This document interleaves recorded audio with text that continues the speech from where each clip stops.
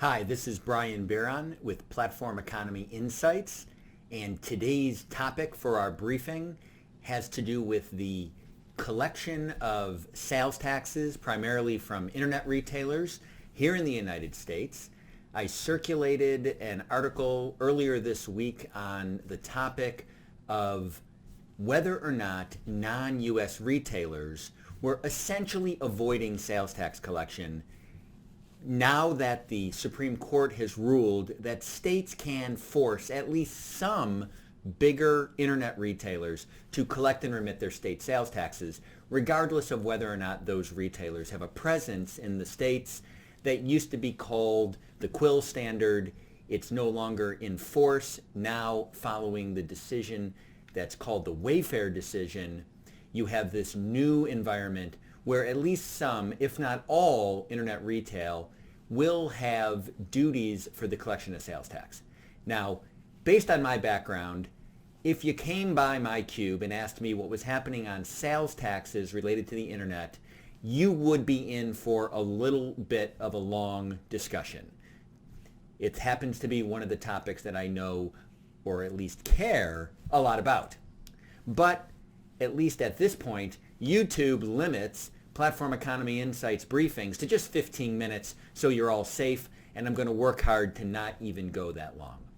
First and foremost, what the Bloomberg tax article said was that, in fact, despite a lot of fears, or at least public fears, that you were going to have a lot of tax avoidance by large non-U.S. retailers, even after Wayfair, that apparently has not come to pass.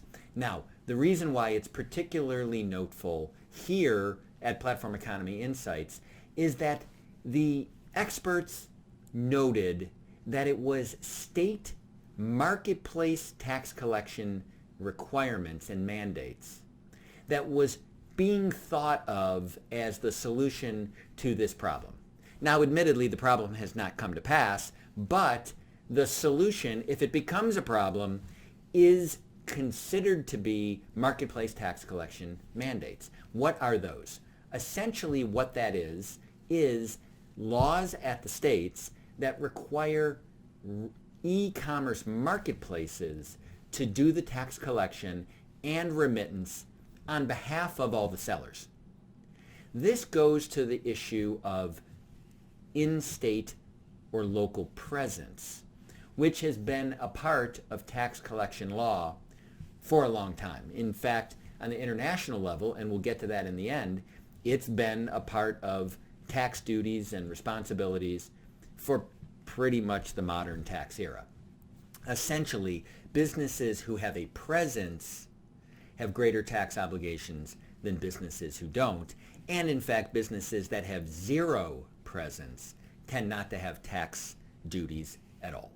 So, a number of states have proposed that marketplaces who operate over the internet will be required to collect taxes on behalf of all the sellers.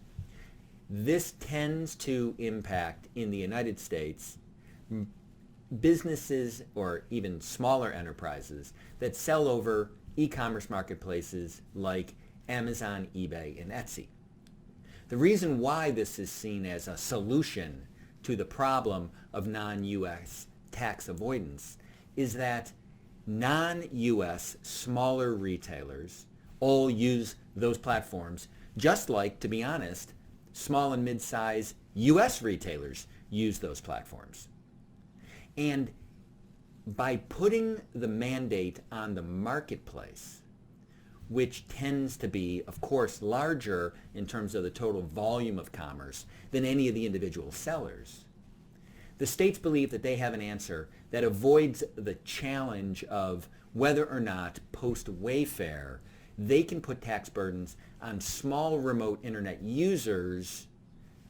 They go around that by putting the burden on the marketplace.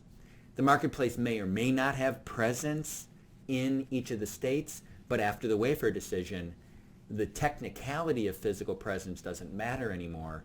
And now it appears to have to do with something that the court described as virtual presence. That's an undefined standard that actually, here at Platform Economy Insights, and all of you should care about the evolution of that concept, not just in tax law, but in regulation in general.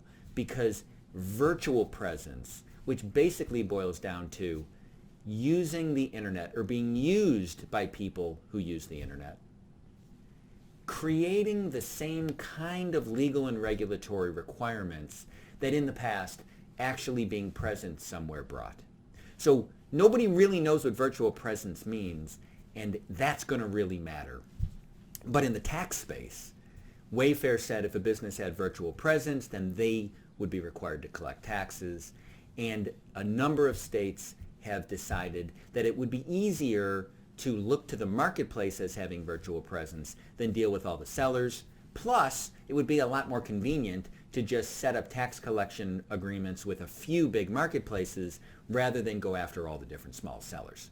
So long story short, that was believed by the experts that were interviewed in the Bloomberg piece to be the solution to the non-U.S. retailer problem.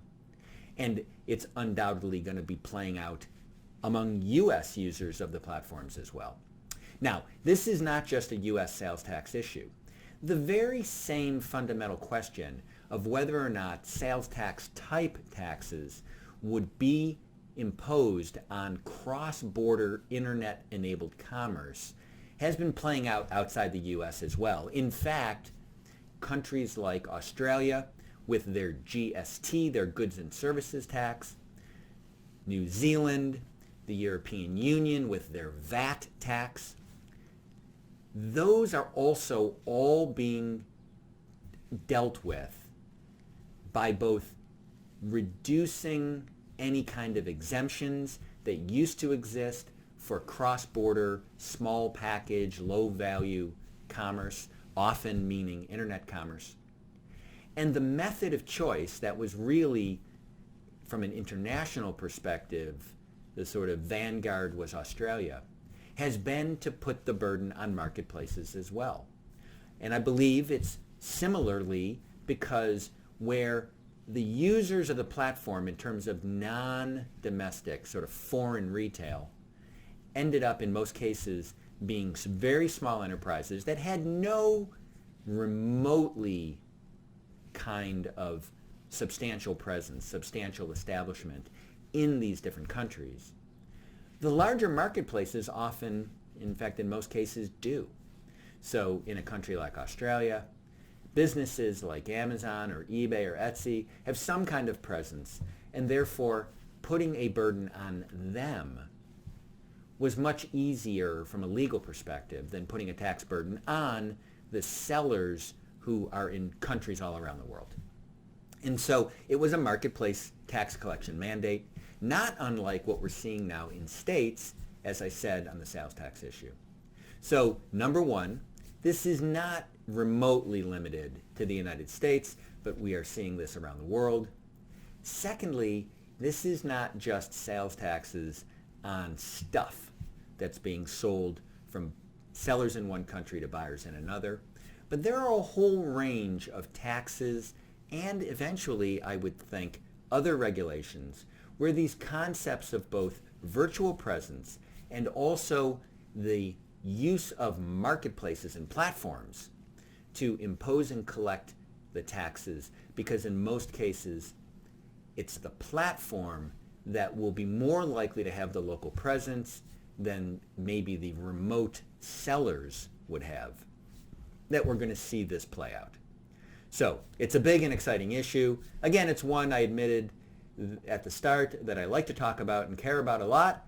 So thank you for raising it in the context of the recent story from the Bloomberg tax report. And again, this is Brian Bieron with PlatformEconomyInsights.com. Until our next briefing. Thank you. Bye-bye.